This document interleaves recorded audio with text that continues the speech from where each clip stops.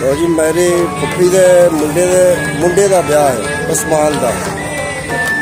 अज मैं वलीमे ते आया उन्होंने तो थानू अज उन्होंने वलीमा दिखाने हैं। वो मेरे मगर पै ने एक वीडियो बना के साडी यूट्यूब पर चढ़ अपने चैनल पर तो मैं हूँ वीडियो बनाने लग्या जे तुसीं हुण वीडियो देखो तो असीं हुण वीडियो बनाने जी। रॉयल पैलेस साडा फेवरेट पैलेस, ये बड़िया शादियों की वीडियो बनाई है मैं। अज मैं क्या फिर एक बना लीए रॉयल पैलेस। चलो थोड़ा इंटरेस्ट दिखाते हैं थोड़ी जी।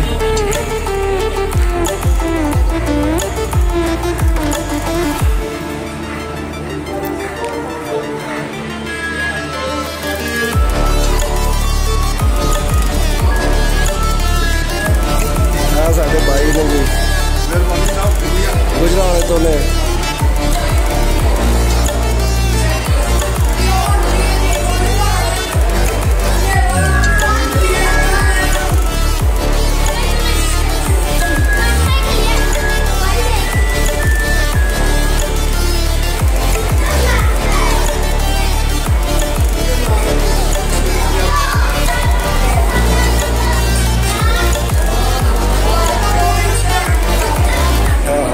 जी।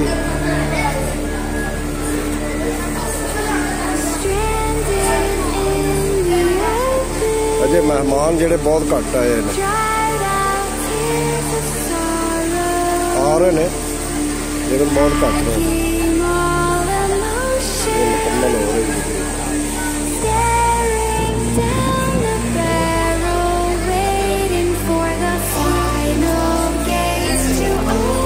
थोड़ा जाना पहचाना जी राणा फरियाद मास्टर जी। इन्होंने अपना चैनल भी उन्होंने भी सब्सक्राइब करे करो, लाइक करे करो। बहुत अच्छा चैनल है तो बहुत अच्छा काम कर रहे हैं मास्टर साहब, मास्टर शाह साहब।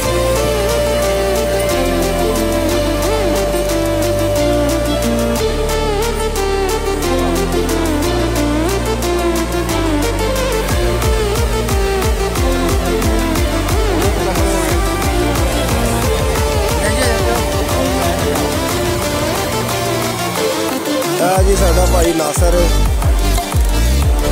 इन्हें आख्या जी वीडियो बनाओ साडी जरा वलीमे की। हाँ जी ये भतीजे की शादी है, साडा भाई है राणा लियाकत का मुंडा जी अफलान, वो भी दिखाने तुहानू ओहदा वलीमा जी।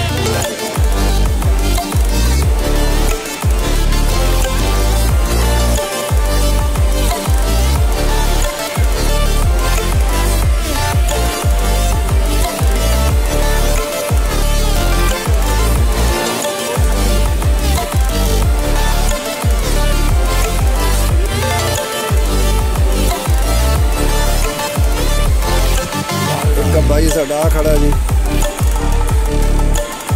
ये भी गुजरात तो यह जी उस्मान जी शादी है जिन्होंने दूल्हा कहते हैं।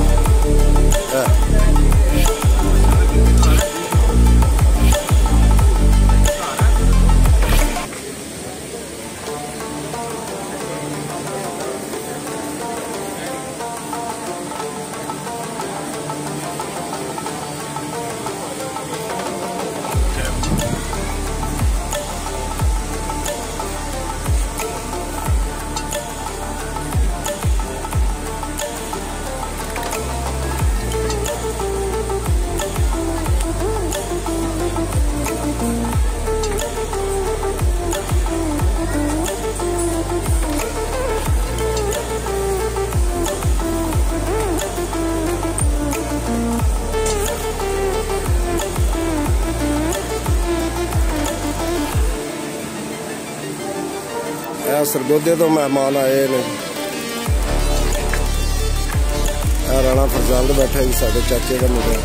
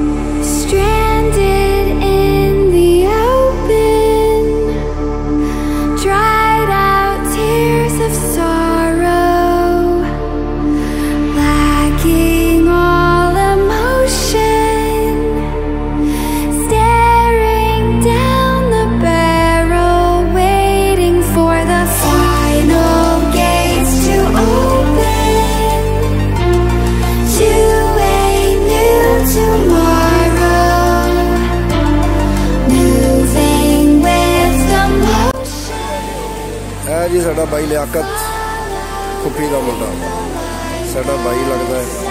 ये बेटे की शादी समान दी, बहुत अच्छा बंदा जी, साडा प्यारा भाई है।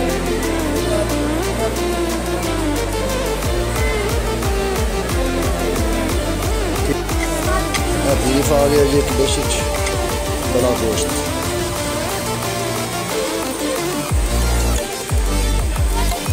बिरयानी, नान, स्वीट डिश, आइसक्रीम।